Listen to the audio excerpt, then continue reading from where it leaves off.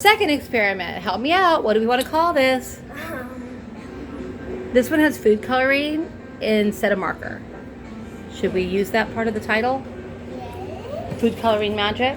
Yeah. Yes, food coloring magic. Okay, here we go. We're using 4 different types of food coloring. We already poured the milk on the plate.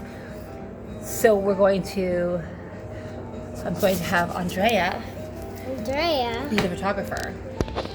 And you can videotape, because I don't want you kids touching the food coloring because it gets all over our hands. Okay, go ahead and videotape some drops of blue. Keep that on the plate, and then we'll do drops of Look at it in here. green, It looks cool.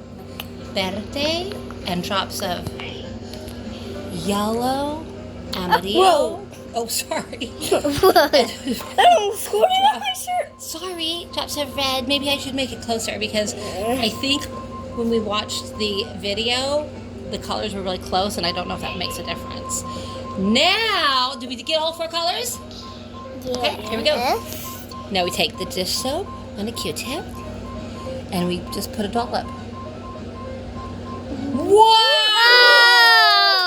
Whoa! Look at that! Black? Okay, this There's is black. It's still moving. Black. Look at that! We didn't even have black. I thought if you touch different spots, it does different things, but I could be wrong. Oh my gosh, that's so neat! We're making dots. The dish soap is supposed to repel the color from the milk. Nope. Little bit. Look. Oh. Whoa, but look at that part. That's so cool. Oh my gosh! This was a total success. Yes. Food coloring magic experiment number 2. Epic. Good job.